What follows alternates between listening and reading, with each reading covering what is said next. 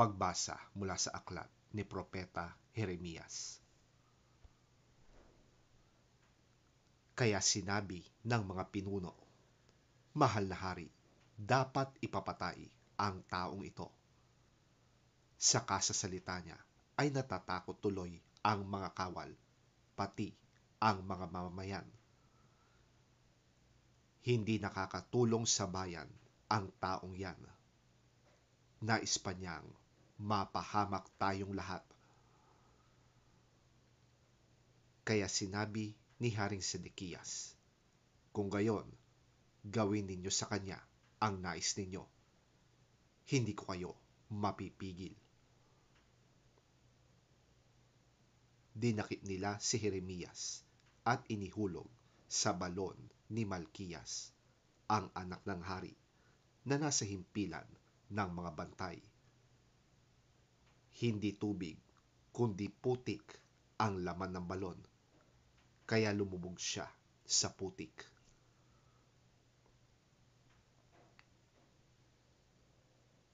Pinuntahan ni Ebed-Melek ang hari at sinabi, "Mahal na hari, masama ang ginawa ng mga pinuno.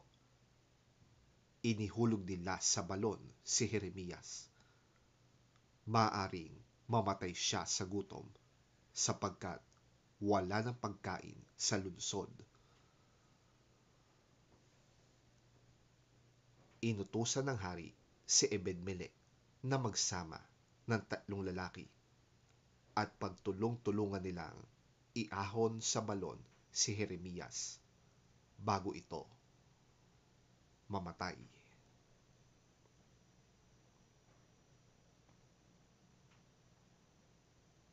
Ang salita ng Diyos. Salamat sa Diyos. Pagbasa mula sa sulat sa mga Hebreo. Kaya nga, dahil napapaligiran tayo ng napakaraming saksi, talikuran natin ang kasalanan at ang anumang balakid na pumipigil sa atin. Buong tiyaga tayong tumakbo sa paligsahang ating sinalihan. Ituon natin ang ating paningin kay Jesus, na siyang pinagmumulan at kabuuan ng ating pananampalataya. Dahil sa kagalakang naghihintay sa Kanya, hindi niya ikinahiya ang mamatay sa krus, at siya ngayoy nakaupo sa kanan ng trono ng Diyos. Isip-isipin ninyo kung gaano ang tiniis niyang pag-uusig ng mga makasalanan upang hindi kayo manlupaypay o panghinaan ng loob. Hindi pa humahantong sa pag-aalay ng dugo ang pakikipaglaban ninyo sa kasalanan.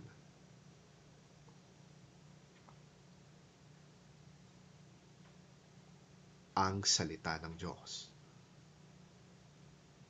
Salamat sa Diyos.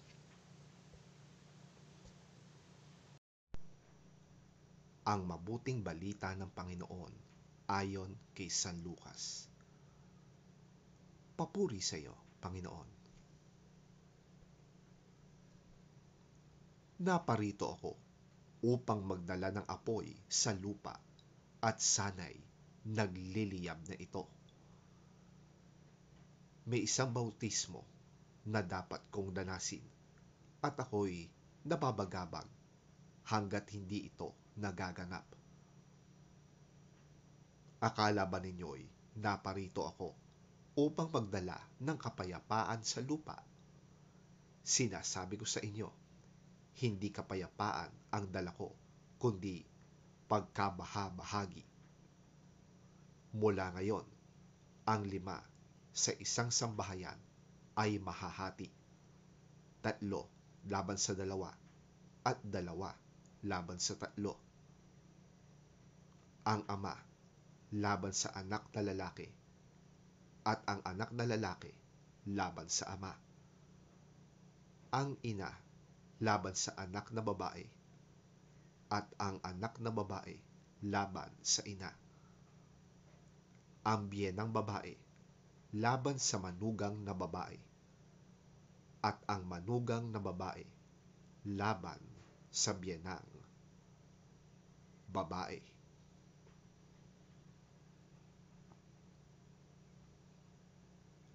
Ang mabuting balita ng ating Panginoon. Pinupuri ka namin, Panginoong Hesukristo.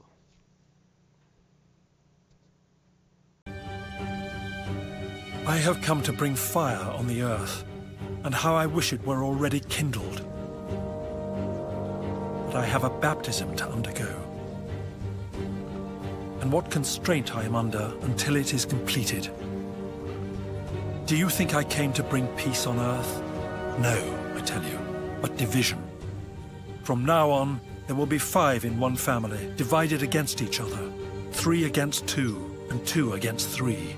They will be divided, father against son, and son against father, mother against daughter, and daughter against mother, mother-in-law against daughter-in-law, and daughter-in-law against mother-in-law.